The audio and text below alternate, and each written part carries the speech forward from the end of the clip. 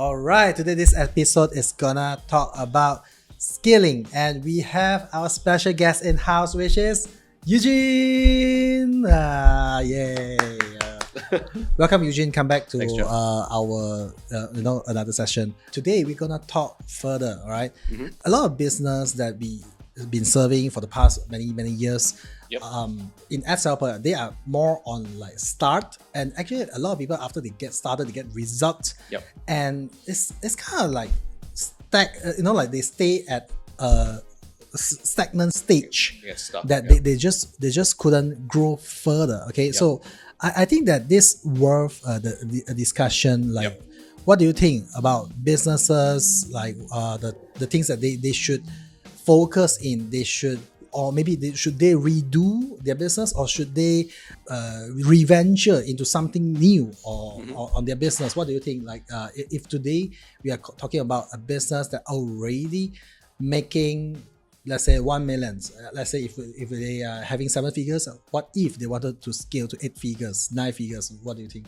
Yeah, sure. I mean, obviously, there's a lot to unpack in that question. But I think what I found is and what I've learned from working with other businesses and like working on my own projects is the stuff that gets you to certain stages. So when you're going from 0 to say 100,000 or 100,000 to a million, like what gets you to those certain milestones is different when we need to go to the next stage. So it's almost like you'll need to relearn as well. Yeah. Because the thing is, if you go from 0 to 100,000, there's a lot of like, hustle, using Just like, try harder. yeah, pretty much like you're working your day job, maybe, Yeah. you're using like 6 p.m. to 10 p.m. to really grow. And then once you get to that 100,000 mark, you're okay, maybe I can quit my job now. Then you go, okay, well, now I'm working the day to day. Yeah. From 100,000 to a million, potentially need staff, Yeah. right? Just to do that. literally they are like creating another job for themselves. Correct. But it's more headache and maybe a little bit more money. responsibility, more stress. Yeah. But obviously, usually what happens is the stress comes with the money, Yeah. right? It's like kind of like the more money, like the more stress you can handle, the more money you can make. Yeah. But yeah, I guess it's like depends, like the things you do to get you to different stages. I guess it's different. To me, like the real skill of a business that they are really scaling Yes. and they achieve a real height is the business that you did not need to spend more of your time. You just need to do things differently. Yep. But at the same time, I mean, like maybe you will have even more time. At the same time, more money.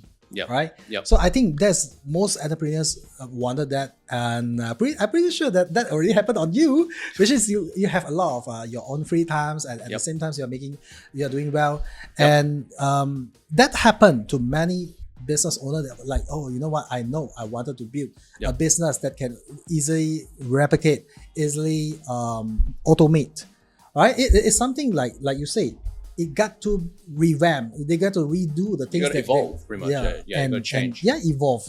Yeah. So it's just like, I always use these samples that if today you want to, you're just driving maybe a Myvi, or maybe just a Honda City, that kind of, normal cars. And if today you're just selling that, you're just driving that car, if you wanted to speed up, maybe up to 160, 80, 180, yes, you just try harder. Right? I mean, grab your steering harder, like press the pedal harder, but if today we want to go at a speed like 250 or maybe even 300, basically that vehicle itself, we just couldn't achieve that speed with that. Yeah, correct. You can't do it safely, potentially as well, right? Yeah. But have you ever encountered like people actually come to use that eventually? I mean, do you have a story to share with us, like how eventually, how before they are and how they transform? Yeah, I mean, look, obviously I work with a lot of different clients, but I think what normally happens is like if you get to a certain stage, you're doing things yourself. Maybe you need to bring staff in, to help you, because obviously everyone only has 24 hours a day. You can't. You could try and work it all yourself, but you'll eventually burn out, which then you can't work, and then things go backwards. So usually there's an element of like working with a team. Obviously, like you've built a great team here that helps you scale. Then also, in today's age, you've got tools like AI. You've got tools. You got just automation tools to send data from place to place. Things that can either potentially reduce the amount of repetitive work that staff need to do, like humans need to do, where it could either reduce or eliminate mistakes. Because otherwise, you might just have someone there just doing data entry, where that can just be done with software, and people don't really want to do data entry anyway. So it's about changing your processes a bit to be able to help you scale and open up time, and obviously optimizing that time better and making better use out of it. So changing the process is more on like cutting down the cost, and at the same time it's more efficient. Correct. In doing works, right? Yeah. And what I found as well is that with growing companies, and something that I've learned, I'm trying to implement myself, is getting SOPs done. SOPs. So it's like standard operating procedures. So pretty much it's like, okay, as your business, you start, or I start a business, like, when you go, okay, I know what to do. Like, I want to onboard a staff. Like, I know what to do in my head. Okay, I need to, get their ID. I need to get their employment tax number. I got to create them in the accounting software and stuff like that. But the problem is, like, if you're sick, or like the person who does this stuff is not here, then whoever else is not there goes, well, how do I do this? And things get stuck. So I think that really helps. That's one of the big things I've learned recently, is like getting SOPs done. So then it's like, if you need to do something, then it's all documented.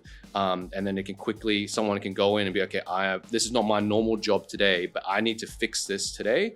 How do I do that? Where do I go? Here's where I go to get the passwords. Or if I need to go ask the CEO, Details? Yeah, so just like exactly step by step. Like, okay, if I need to create a staff member, I need to, like I said, get their ID, create an email for them. So obviously, maybe using like G Suite. So you go into G Suite, make an email for them. They need to use a certain software because they're in the marketing team. So we need to give them access to Facebook ads with like the right permissions or something like that, or Google ads in the right permissions. So I think that's a big thing I've learned recently, is trying to get SOPs. And that also helps with, depending on what type of business you are, like, is if you're trying to exit a company as well, people will want that, because if someone else comes in and buys a company and goes, well, great, you've brought this company from $0 to $10 million. I want to take over because the profit is $2 million. But if they're coming in to run it, they don't know how to do everything. So they need the SOPs to be able to work that out, because otherwise then they got to learn everything from scratch. But to be honest, SOPs is also something that need to change from time to time. Of course. I mean, but that actually reminds me on, somebody actually said this once, that startups is to gather all the elite members to do everything. Okay. But corporates, those big companies, they are having elite system that help normal people can do elite works. Right. So I think that's the point of having the SOPs, right? But correct. It actually gonna take a very, very long time, and a lot of trial and error and a lot of modification to make these SOPs to be complete. Of course. And sometimes I think that even, let's say, a business that with 10% or 20%, I mean, regardless whatever the industry they are. Correct. Product or service, doesn't matter. Yeah. I mean, let's say around that size, 10 to 20 people, sometimes too complicated SOPs is not healthy. No. I mean, to me, I think it's not healthy. But yeah, of course, we have to cut down all the repeated work, all the repeated work, or all the repeated problem. If this is, let's say, your customer service always getting this response, this question, this Q&A, always make it automate and always make it into chatbot. I think that is also another way to present the SOP. I mean, like, of course, we identify the problem in a set of SOPs, then we implement it in automate procedure in operation, right? Yeah, correct. I mean, look, it's not it's not like hard set in stone kind of thing. It's like, you build an SOP, and obviously if you're the CEO and you built it and you go, this is what I think the best way to do it is, and and that might not be your strength or subject matter, and say you hire a marketing expert and they come in and they read the SOP and it's like, well, yeah, okay, this is the SOP to build a Facebook ad, but actually I've had more success doing it. At that point, then they can review it and go, well, this is how it should be done instead. SOP I think for success ads. Correct. Yeah. Yes. And then you can go, the last SOP was last reviewed this time. That's when it was last updated, and obviously people can read that and go, well, I'm not the subject matter in this. Do you actually see a lot of people that making money? I mean, the business. Do you see that most people that actually have, I mean, like, at the stage that they're already making money, but they don't have SOPs? Yeah, Do definitely. you see a lot? Yes, 100%. Like a lot of people just like, they just stumble upon their business, right? They are passionate about something, a product or a service. They launch it and then they're making money and it's like, yeah, it's great. It's all going. It's just a big mess out there. Yeah, pretty much. It's like they're just worried that, okay, cash comes in, I'm going to pay my staff and then pay my staff, pay product, pay whatever services, and then whatever's left, they kind of work with it. But the thing is, like I said, like that at some point you're going to have staff. And that's the thing. That's what I said about how different sized businesses need different things to grow and get to the next step. So when you're that small, you're hustling. So you don't really have the time to make SOPs either, right? You're just like, I just need to get stuff done. But then the next stage is when you bring people on, or like I said, let the people to decide what is the SOP supposed to be, and you revealed it, right? Yeah, and you work on it together. Yeah, that makes more sense. Yeah, you work on it together, and also like I said, the eventual goal of a company hopefully is to try and sell it for something, right? And not everyone's going to get there, but if you can get there, the biggest feedback I've received is that they say that I wish I got that done earlier because it would have made things a lot easier for me. Otherwise, when they're selling a company, then they've got to explain everything all over again, and they go, well, I built this process like 5 years ago. How did I do that again? Where did I find the password? Like, what do I need to go? What do you think if they refer some corporates SOPs? Corporate, what do you mean? Like some success company, Yep. right? And then we go and study their SOPs and then we just copy it. What do you think about it? Well, I mean, I guess potentially I haven't really done that. I'd say, I guess if they're not another success story, you can always model success, right? Probably one of the biggest lessons, if someone's successful in some way, then you can hopefully get some sort of lessons from it. It might not be rightly applicable to you, but at least you can. It can be a potentially see. good inspiration Correct. for what you should do or what you should be aware. Yeah. So if someone's doing well, they're obviously doing something right. But sometimes when I was thinking about this question, is like, should we actually model when we are scaling? Should we actually model a successful company, or we should find our own path? Because I strongly believe that company that's achieved certain height 10 years ago would be totally different with the business nowadays. And the way they are doing, maybe they are actually in a shithole that we does not know. And then we go in and copy them. True. And for example, like their OPEX, well, maybe their department, okay, they got this department, that department, and they got like so many people in the team. But the right way that we should do nowadays could be like you say, using AI, like cut down maybe at least 50% of the operation, manpower, or maybe the process, simplify the SOPs. The boring stuff, get rid of. Get rid of the boring stuff, correct. So, and just let the smart one, the people, in doing the whatever that AI couldn't do. And eventually, as far as I know that not just you and a lot of achiever in our friend networks. In our networks. We never have team like a huge team. We don't need that. We have elite team. We have lean team. So, but nowadays, I'm actually seeing a lot of people, even nowadays, when they started their own business, provided are they selling services or they are selling products, they always stuck at manpower. You wanted to hire talents, and then talent's not there because not the right fit, and then always stuck at there, and a lot of things, a lot of plans they want to do, but it just doesn't happen. And when they want to do marketing, I don't want to learn. I don't have time to learn. Correct. Or they hire someone that's like, and they hire someone that does an not expert, actually, and they're not really an expert. I mean, maybe they are expert in something else, but just that not whenever they are performing in their industry and their business, the heart is not there because that's not the business, right? Or they're an expert in, like, say they're a marketing expert, but they did all their expert in like one field, and your field is slightly different, right? They just don't have the nuance. It's like, okay, I got a lot of Facebook ad success. Okay, great, but I did it all in construction. It's like, well, we're not a construction company. So but speaking about marketing, I think the business owner. Do you think that in a scaling stage, right? Business owner can say just pass whatever that is already working to the marketer, or they should also be part of it to be the person that involved in the marketing? What do you think? Yeah, good question. Look, I mean, it's my opinion. I think that as a business owner, you should kind of always have a good level of knowledge on everything. Like it's not your job or your role to be an expert in everything, but you need to have an understanding of everything, so that at least so if you're a business owner, you need to understand how accounting works, right? You need to know like what your profit margin is, what your profits are, how your expenses are, but you don't need to know how to balance books. You don't need to know like what all these ratios mean, but you need to know the basics. So it's the same thing in marketing. It's like, if you're starting out and starting on a new platform, TikTok, whatever, like you need to know how it works. So you need to know like what type of content works. How does an ad on TikTok that successful looks like? What's a hook, stuff like that. So that at least if you're hiring someone, you can test them. You can go, okay, well, I'm looking for a TikTok ads guy. So tell me, how do you build your ads? And if they can't explain it, then But if you don't know, you don't have no clue, then they could just tell you anything and you'll be like, yeah, sounds good. Like I'll hire you. Yeah. So you need to have the basic knowledge. They should at least understand, like you said. Yes. Like they learned it. Yeah.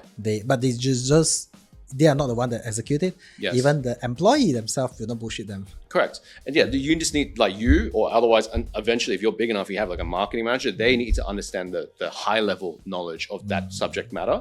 So at least they can go review it and go, okay, yes, that's good, that's not good. And not just leave it to someone to be like, yeah, just do it. And then we run it and see how it goes. And if it fails, then you're like, well, it didn't work. And then it's like, well, technically you're in charge. It's your fault it didn't work because you didn't review it or know about the subject matter.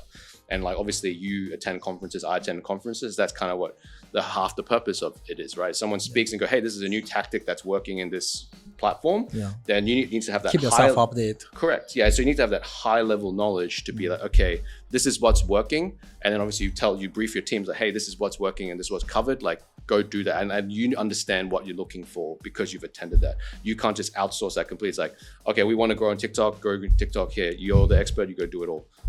Then it's like, if it doesn't work, you don't want to blame. And if they're talking about like AI, ChatGPT, no, it's not just about ChatGPT. It's like AI, the entire industry. It's not just ChatGPT. Yeah. You got to understand what is happening around, and what's the latest update, what's the latest changes. Maybe or someday, right? But now as this conversation goes on, GPT is still something. But I think I foresee that actually. Maybe just next few months or maybe just within 1 to 2 years, GPT is going to be something else already. Yeah. It's going to be, I don't know, maybe robots and version 5 things that can be so simple and cut down maybe even more of your costing of the job. So what do you think, like SOP more important or marketing? Look, like operation, cutting down costs or increasing income? I think increasing income is definitely the most important. I mean, that's your oxygen, right? If you have no sales, then you're not going to survive. Like, you could have the best process in place, you have no sales, and you don't have a good salesperson, nothing's going to happen. You're going to have it's kind of like you have a really nice car with no fuel to go anywhere. So it's just sitting there and rusting pretty much and wasting away.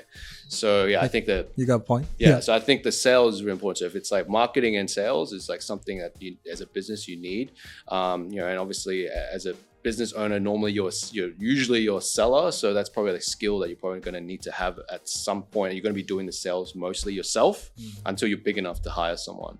So I think that's, from what I could see, working with businesses, like that's probably one of the bigger letdowns. Do you think most of the business owners, of course, all right, I believe that all the business owners are focusing and say, yeah, I'm getting sales, I'm getting meeting client. Yeah. I have this meeting, I have meetings at full from morning until afternoon, even at the midnight, I couldn't even sleep. Yes. And do you think they are actually getting sales efficiently, most of the businesses? Or maybe we should define what's the right way, what's the efficient way to get business? What do you think? Yeah, look, I mean, I wouldn't say it's one way or efficient way of doing it. I guess I would say a lot of people are doing it inefficiently, but I wouldn't say it's like a winning, perfect way to do it. Like for me, I'm from Australia, I'm used to doing things online through Zoom and stuff remotely. So ideally I want to try and get as much of that stuff done remotely as possible. pre-qualify people as much as possible, so I'm not just wasting time going to meetings and go, yeah, I have so many meetings, and it's like, well, how many meetings are you closing? Oh, like 1 in 20. It's like, well, that's not really smart, especially, you're driving everywhere, going to different cities. So like, for example, like really easy stuff is like, say you have a discovery call, right? Instead of just trying to get them to book a call and ask like just 3 questions, name, number, email, maybe ask them a bit more, like, hey, what's your budget, like, or what's the size of your company? And if you're not going to work with a company below X, like 50,000, then there's no point entertaining that call. Just like say, hey, sorry, like we'd love to work with you, but at this stage you can't afford us, and right now what we can do is we can give you like other content, other things to help you until you can reach that goal. And which is what other like guys in the space have done. That go, okay, well, we only work with businesses over 3 million. So if until 3 million, consume all our free content. If this stuff is gold and will get you to 3 million, and once you're at 3 million, then come talk to us. And even if we've like implemented a really basic question that's like, okay, after everything you've asked them, like industry, size of company, etc., like kind of a pre-qualification, the last one is like, are you ready to, like, it's what is your situation is the question. And there's 3 options. One is, I'm financially ready. It's roughly verbatim what it says. I'm financially ready and to commit and make a decision to grow my business. 2, I will be able to find a way to put myself in a financial position to commit to something and grow my business, or I'm not ready to financially commit. And it's like, if they answer I'm not ready, then why am I wasting my time? Why are they wasting their time? What about existing client? What about them? Like, let's say, because for the past 2 days, yes, I've been meeting a few friends. I mean, they are also achiever, but I don't know, to me their schedule is kind of so busy. Okay. And I was like, oh, am I too free? I still get time to do this podcast. I was like, am I too free? And it started to make me feel like, are they the one that doing correctly, or I'm actually the one that actually doing correctly? Because they will like spend a lot of times to have even small talks with their existing client. Okay. I mean, like, it's good.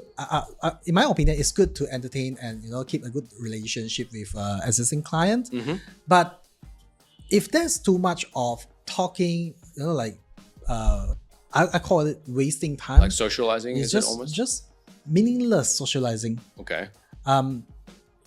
When I say meaningless socializing, which is the conversation got to be full of vitamins, okay? Full of the vitamins of your mind and your knowledge, which is something I hear, right? Today, this conversation, we share things, we exchange knowledge, rather than just, hey, yo, how this, yeah, today this government is very bad. Talking about shit things, like small talk, pretty much. Yes, all kind of small talks, and wasted a lot of time. Yep.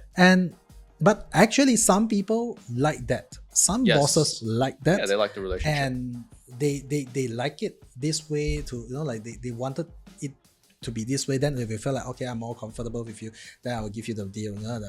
What's your opinion is this kind of event, like, do you entertain to things like this? Yeah, look, I mean, so firstly, in terms of like existing and new clients, like there's a stat somewhere, I don't know what the numbers are, but obviously it's way cheaper to maintain an existing client than it is to go acquire a new customer. So obviously if you can do stuff to have an existing customer and like keep them around, then that's always better. But in regards to like, the socializing and stuff like that, I don't know, for me, it's, you can do it maybe on a way you can do it at scale, right? Like, for example, you could run a retreat. You could do like a yearly thank you dinner or yearly event to get all people there. Right? To something like, I guess you can be more efficient. Like, you can show appreciation, but in a different way. And look, maybe there are just some clients that prefer that personal touch, that just really want to be friends with their local butcher and their local marketing manager, their local, ads guy. Sometimes I was thinking, right? Yes. Let's say if today you want to do business, I don't know, with Elon Musk. Okay? Yes. I don't think Elon Musk will have so much time to have small talks with you. Correct. And look, and at some stage, and like, remember going back what I opened this interview about, or what I just chat about, is like what you different stages of your business needs different things to grow, right? So when you're new and you're at that early stage, you might need to be friends with everyone. But eventually, when you get to a certain stage of business and you're going, well, I can only have time to take clients that spend X amount, and I only can take clients that will only like don't need this like hand holding and stuff. Because ultimately, like, if I have 5 to 10 clients that are spending X amount and that need to be met every week. And for me, I'm traveling everywhere, and the clients in Malaysia, some clients in Europe, some clients in Australia, it's like, it's just not feasible to be able to go visit everyone. So eventually you're just going to have to be like, well, my business model doesn't support that, and I need to change it. Yes. Yeah. Yes. Yeah. So I think that's the whole about adapting to where you are in your business. So for me, I think it's more important to cut out all the meaningless socializing. And number one, we need to cut out all these things. But of course, it comes back to how to get people to know you. Yeah. So of course, to get people to know you, you need to have values. Correct. And you just have multiple ways to give out values. You can create videos like this. You could create a podcast like this. You could create an ebook. You can create free services and run some ads. Giving out certain things, give certain values, and that's a first step. Yep. And when you really go into the talk, it's 100% like, okay, we know what we are going to talk about, so straight to the point and discuss what is right for you, what's not right for you, and also including, before the meeting, also including the survey you was mentioning, which is the pre-evaluation about what's the situation, so that before we go into the meeting, we can also prepare, okay, well, what's this possibility, so what's the best things that we can actually prepare for them. So the moment when we walk in to the meeting, we straight giving added value to our customer, and within half hour they get whatever they want, and they're happy with it.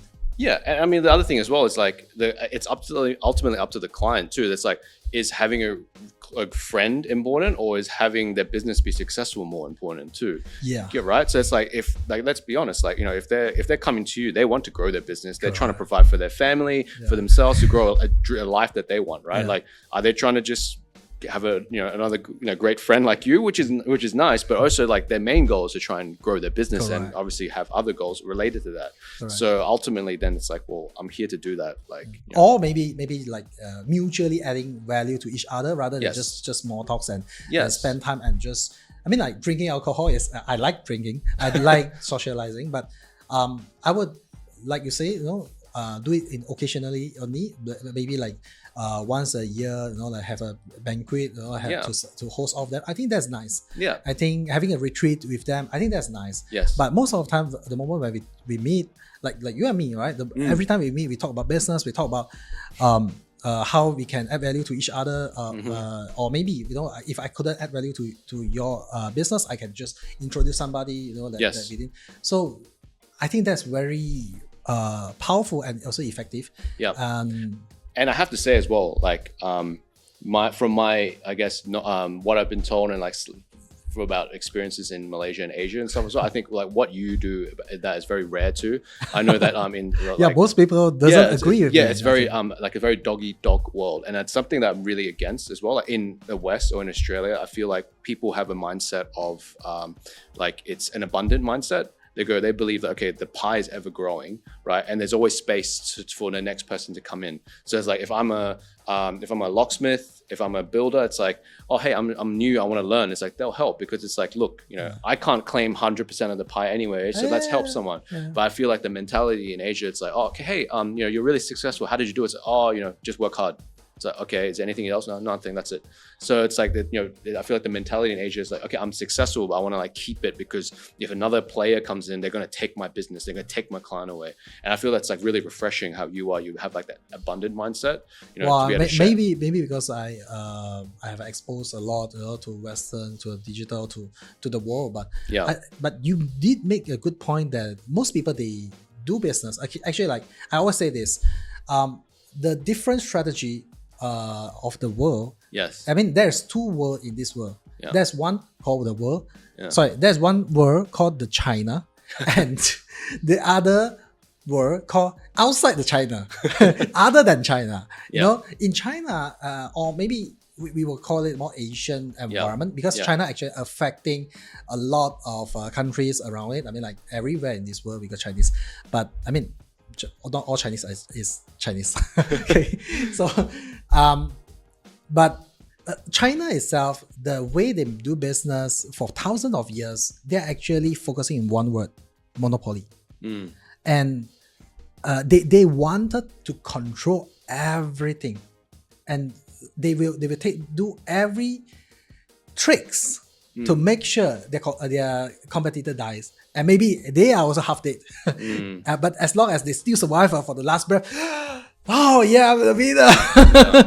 That's the way and the strategy, and eventually, so they monopolize the market, and but I think, like you say, they are that kind of like mafia thoughts. Like either you are with me, you're in with me, or you're dead.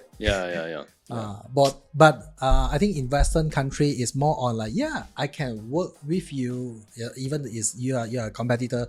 We can work together. We can see which part we compete, which part we cooperate. Right. So, but I think that's the difference. But many people that does not have that mindset. Yeah, exactly. Because I mean, I've learned from like some of the things I do, like lead generation. I learned that from a guy in New Zealand. I reached out to him online. I was like, hey, I really love what you're doing. Just dropping a message randomly. Yeah, pretty much. I saw you in a group. Like, you really love to know like how you're doing this, what you're doing, and he was really upfront, and I really really thankful he did that, because obviously a lot of people would just been like, hey, I just built stuff, go here, go there, go read it. But, he walked me through it, showed me the ads, his processes and things like that. He's like, hey, look, if you want to do this in another country, go for it. Like, all power to you. And like, he's one of my closest friends now. So I believe like that sort of mindset is, very good for everyone, I guess. And it's like, that's how help the entire community to grow fast. Yeah. And the thing is as well, like from his perspective too, like he may have, I don't know how many people he has or may have shared information with, but a lot of people don't take action anyway. And as you know, in your world of like educating people, you're giving golden advice. Someone that's had success growing their business with what you share, but people just don't do anything, and then they say it doesn't work. It's like, well, no, the strategy, it works. It's just that you didn't implement it and you didn't follow. Or maybe they don't implement it 100%. It's like they listen half of it. Okay, I agree this part, but I don't agree the part. So when they go in and implement, they say, hey, it doesn't work. Come on. But sometimes even like some of those scenarios, they implement 50%. It still works, but it's just not as well. It still works. Is there some result? They will see some things, but they say, not as I what I expected. Of course, you only implemented 50%. Correct. So, and that's the thing. So like sharing the knowledge is one step, but having to implement as well. So, I think that's like I said, a really important thing, something I really like appreciate with what what you do. I think that there's a lot of good people out there that we can collaborate, work together, and that's the thing. Like, why would you want to be successful and just be the only successful person? Who are you going to share the stuff with? You're just going to be some lonely guy sitting in your house, like some city somewhere, and be like, yeah, I'm great. I have maybe everything. Somebody just wanted to be. I want to be the king in this industry. I want to monopoly everything. Yeah, but then the thing is like, no one likes you. You're just like, what are you going to do? Just stay in your apartment, hope that no one hurts you every day? Like, doesn't sound fun. For me, I'd rather have successful people with me on the journey. We grow, struggle together, and then once we get to where we need to go, then it's like great, and we can enjoy together, right? Like we want to share the good times together.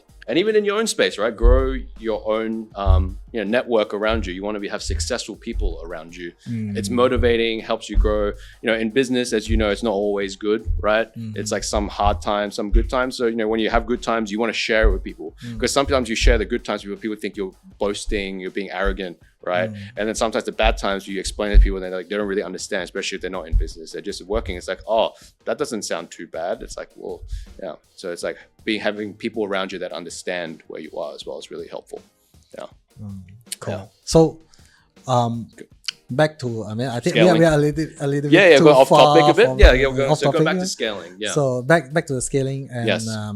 Of course, just now we talk about SOPs. We talk about marketing and sales.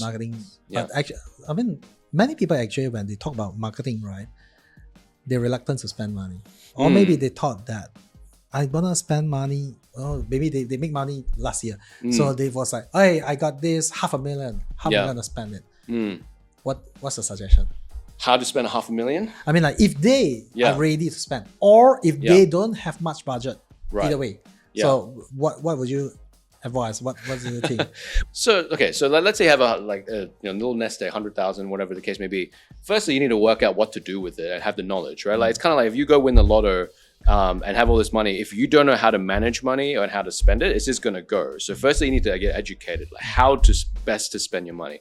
As you and I both know, if you know what you're doing with ads and it's successful, like you would keep spending all day, because if you put a dollar, a ringgit in, maybe they don't want to spend ads. Maybe they might want to like take the money and buy more stocks. Okay. What do you think that spending ads is necessary? Well, it's quicker. Obviously, quicker is the key, right? Correct. Yeah. So like, there's two ways you can grow, I guess, a business online. You're using all the traffic sources out there. Or you got organic, or you got paid. Yeah. Right. Organic works. It's great, but you need consistency. So if you have time, like, go for it. Like, if you can post every day, every second day, consistently, and also have the time to go edit your videos, edit your photos, then great, go do that. But if you want something quicker, then obviously go with ads. With paid ads, then there's obviously a bit of a testing period, right? You might, so say you have this 100,000 mystically, or you've saved up money. I've been in a situation, obviously you have, and we know other people in this space who have, like, if you have 100,000 and you want to test some ads, you might have to burn 20,000 to find the right combination. And you, like, 20,000 of it might not get you a return, but once you spend that extra bit, you find that winning combination, then you can keep pouring that for the money into that for the next, 6 months, 3 months, a year, and you know that every time I put $1 in, I get $2 back. So at that point, you're like, it makes no sense to not spend, right? But it does take time. It's not like you're just going to put an ad out there and suddenly it's just going to work magically. There will be an element of testing, and that's where it comes from your personal experience. That might cut the time down, or you're going to have to, like I said before, hire the right person to get that. So then, which one do you think is more important, like spending more ads or creating more touch point or creating more upsells? Well, I mean, if you're talking like products, let's say we're using like a digital product thing as an example with like a funnel and upsells, then if you have a lot of upsells, then it gives you more, I guess, oxygen and breathing room, because you can afford to spend more on ads. So if you're selling one product, so let's say it's $50, you can only spend up to $50, right, to make it to break even. But if you have upsells, so obviously a certain percentage of people buy the 50, then the next one buys a certain percentage buys the next product, which is 100, so and then like 1%. Correct. So your break even starts to get higher and higher. So now you can spend more. So then I guess, if you have more products, then it's going to be able to enable you to spend more on ads to survive. How about like more touch point, email follow-ups, WhatsApp follow-ups, I don't know, all kind of SMS follow-ups, or maybe even calling, right? Yes. Do you think that we should, any company that actually about to scale, they should make it a must to implement every single thing? But of course, right, some people say, email is not working. Some people say, hey, calling is not working, right? But to my opinion, why do you care? If that calling can help you to increase 5% or 10%, how much is it equivalent? What you need is just spend extra money. But let's say you hire one more person to handle the things. Let's say, I don't know, maybe like 3,000, 4,000. I don't know in whatever region you are in. Correct. So the manpower, or you can just hire somebody, I don't know, from Philippines, that from different country, remotely to do the job for you. Even AI. I mean, if you're calling someone, you can get AI to call. I've heard like clips of people where it sounds like a person. It's like, I'm actually exploring that AI calling. Yeah, exactly. So there's tools out there. So I mean, look, when people say like something doesn't work, I just feel like they haven't tried. They should just implement everything, right? I mean, like whatever is there already. So why are we holding back and choosing what we should implement? I mean, like, you should just, in my opinion, you should just implement everything. Only kids make choices. Right? We adults, and we are business owners. I agree in partly with that statement. I guess, you should aim to implement everything, but I don't think you should implement everything all at once. Yes, because, it's not all at once. Correct. It's like you target one. You should plan it in timelines. This is the things I want to implement. Give it like 2 weeks or maybe 1 month to stabilize it. And then you get your return. Correct. Yeah, so it's like you go with your Facebook, Meta, Instagram, etc. You work on it. Obviously, like I said, you might spend 20,000, it doesn't get a return, and then finally you get that return consistently for like a month. You're like, okay, great, that's stable. I can just get a staff member and make sure to monitor that and make sure like it doesn't drop off. And if it does drop off, we add more content or whatever to make sure it keeps going. So once it gets to that stage, and you could go, well, let's move on to the next one. Let's go on Google. Let's go on TikTok. Let's work on email. But if you're doing everything all at once and then nothing's working, then you're just burning cash everywhere, and then you're really like, okay, this doesn't work. But it does, like I said, it just needs time and needs work to fix it. So of course, first thing, run ads and make sure that when it's break even, then we increase more touch point by implementing, rather than some people keep implementing, never run it. Yeah. You know, like too much work. Yeah. Too much work, forever implementing. Yeah. I think if that's the case, right, actually beginning of the year seems to be the most important thing, most important months for your entire year, because we are supposed to come out a plan. I mean, did you come up of your plan like for your entire year, like this week, what you're gonna do? Have you ever done things like this? Like maybe not entire year, maybe like 3 months, 6 months. Yeah, look, I mean, I have a strategy. I have a rough. I haven't really documented it. I know people. I really should. I know people who like literally block out time and go, "This is what I specifically want." Do you think it works? Yeah, I'd say it does. Like, I have rough goals on what I want to hit. Like, okay, I'm like, by this stage, I want to expand to this level. I want to hit a certain revenue goal. Like, I want to hit like certain milestones. And obviously, yeah, you have that in a, like, you know, if you have a whiteboard at home, great. Like, put down a whiteboard and you can check it off. You know, you can put it on your like calendar, on your notes, some of that, and just have it in front of you, so it's just always there. Yeah. So just to remind us, maybe it's not even in the calendar, but I think the point is we need to be aware that there is 5 stages this year. There's 6 stages this year. There's only 2 stages this year. Yeah. Well, you got to have a Roadmap, like roadmap in your mind. Either is it in your mind or is it painted out? I think it's better always in front of you, because otherwise your mind gets scattered if your things happening in your life. Write it out so that your team can see it too. Your team can understand what you're thinking. Yeah, and then obviously everyone can see the goal, then everyone can unite on that. It's like, okay, this is what we're trying to achieve. Like, you know, hey, we're 3 months into this 6 months. Like, how far have we gone to get, you know, to this goal? And then if we're behind, then we need to take some actions to fix that. So yeah, I think that's it's really important to have goals set, you know, individually and as a team. Yeah. Do you think that in scaling, Yes. let's say if a company, the ads is already making money, Stable. Yep. stable, and if they spend more money, it's gonna help them scale? Or you still think that even though they spend more money, they should do more different things? So yeah, I guess it depends. So sometimes with ads, like if you spend a certain amount and it can maintain the return, but once you hit once you spend too much, then there's ad fatigue and things like that. So there is a point where it just drops off. So you might need to test that. And then obviously once you figure out what that level is, then I think that's the time where you need to explore platforms, you know, to build systems like SMS, email to help like feed that system. Because like, you know, for example, for us, like in e-commerce or in lead generation, if we're running Facebook ads, we see a noticeable drop like uptick in Google ads, because when people see our ads a lot, then they go search the brand, and then it's like our Google ads go up, our SEO goes up, because it's like people will see the ad on their Instagram and they go, oh, what is this brand, or what is this thing? Let's go look it up. So it's like kind of feeds itself as well. Like these things kind of feed each other off a little bit. I see. So I mean, like what I learned the other day is sometimes when we run ads, right? I mean, obviously all of us, people around our group, we spend ads like, you know, in huge amount every month, and there is a point. There's a point that the more you spend, you still couldn't make back more money, right?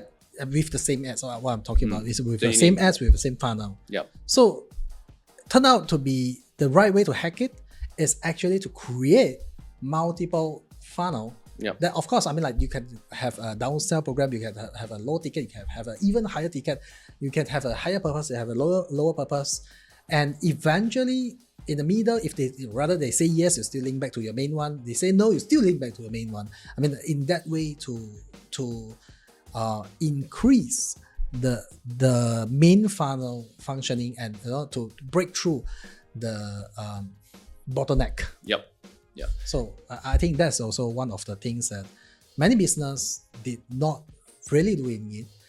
Maybe they don't have a right SOP. That's why they too busy. They got no time to think about it. Yep. And maybe, you know, they just don't have more marketing budget, because every time whenever they hit, they burn money. Yep. And then they fall back. You know, like. And like that problem you're describing could be a creative problem, right? Like your ads are dropping off because people keep seeing the same ad over and over again. Like obviously you say you're quite problem. Yeah, because you could say like you're pretty famous, right? And people keep seeing your face in the same ad over and over again. So I wouldn't say I'm famous. I wouldn't say I'm famous, but yeah, you know, people see my ads always. Yes. But I think it's not just about creative. It's also about the offer itself, the funnel itself, the offer, the strategy, that the baits that you're throwing into markets is fatigue. it's not just the creative that fatigue, it's the bits, the funnel itself is fatigue. Yes. Okay. So that's like a deeper level of fatigue. So like people always see that it's always the same things. But of course, people know this is a good things. But yeah, maybe I can come in later. Maybe I can come in another time. But people sometimes they like it. Hey, this is something new. Let's for example, AI. Some like last year 2023, the moment AI release, everyone started to talk about AI and making AI. Whatever shit it got to. The moment you put the AI words in your ads or in your YouTube channels, your view gonna spike up. Like they just take the trend. Correct. Yeah. So piggyback it. Yeah, but I think